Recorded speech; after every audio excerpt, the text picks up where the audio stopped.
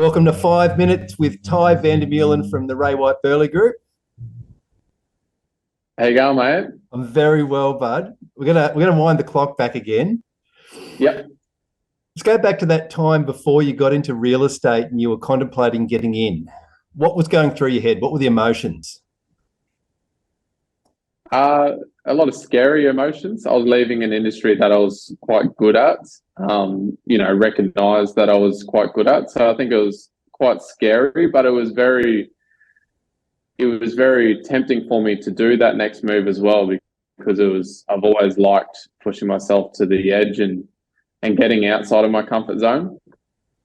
Yeah, mate, it's something only you'll know when it happens, I think, is that absolute feeling that you'll know inside yourself. But it was very exciting because I knew there was something bigger on the horizon. But it was also like I kind of didn't even realize there was something big on the horizon without getting told that as well. So, I didn't even think I'd be getting into the industry, but when that sort of, my eyes opened up to that opportunity, well, yeah, I didn't look back. I really didn't.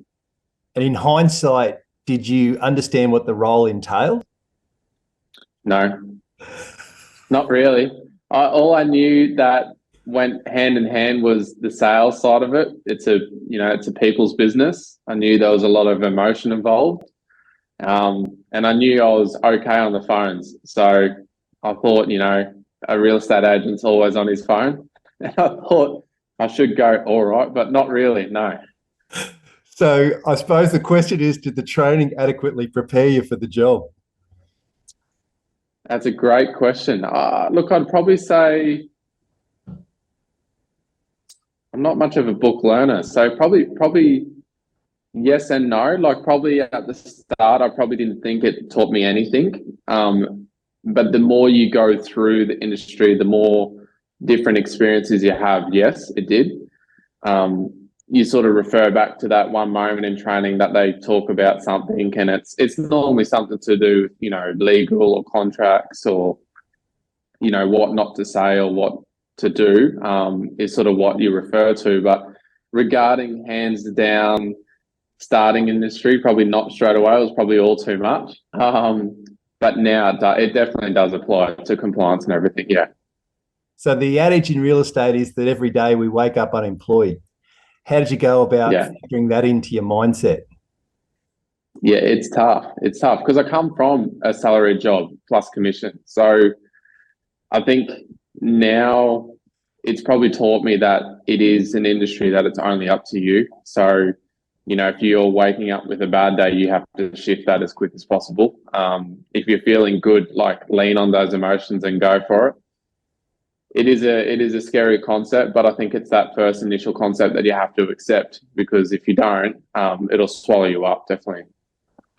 Now that you're in the competitive marketplace, how did that first 3-6 month period go when you were battling against experienced agents that were older? How did you get past that with the seller? Yeah, I actually probably didn't think of it too much. Starting in a boutique agency, I didn't probably have that competitive nature of other agencies. I didn't really look. I didn't even think about it, to be honest. I just knew I had to pick up the phone and start a relationship with someone. Probably beginning now with Ray White, that becomes a little bit more competitive because you've actually got a lot of in-house competition as well. It's probably good that I started with Ray White a little bit further into my career because I had a bit of experience then.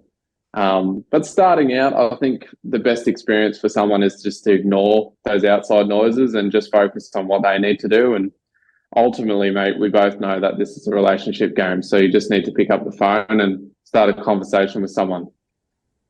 That confidence that you are talking about there, when did you feel comfortable enough to ask for the business to really sort of push yourself? Yeah. Yeah. I think when you know with people, because it is a people game. I think you can gauge, and you probably get this inkling feeling inside your stomach that you should probably ask for the business right now. Like if you're probably thinking that, they're probably thinking that. So you've got to be courageous, and you've got to really just ask that direct question. Sometimes I even ask a direct question by saying to them, hey, I'm going to ask you a direct question. Is that okay? That actually allows me to get ready and prepared for it as well. A lot of people say yes when you ask that. Just ask for their permission and let them know that you're going to ask for something that they're probably not ready for yet. Mate, really appreciate your time this morning. We'll come back at another stage and we'll talk about some of the other aspects of real estate if you don't mind. Amazing. Thank you so much. No worries, bud. Have a great day. Thanks, mate. Cheers.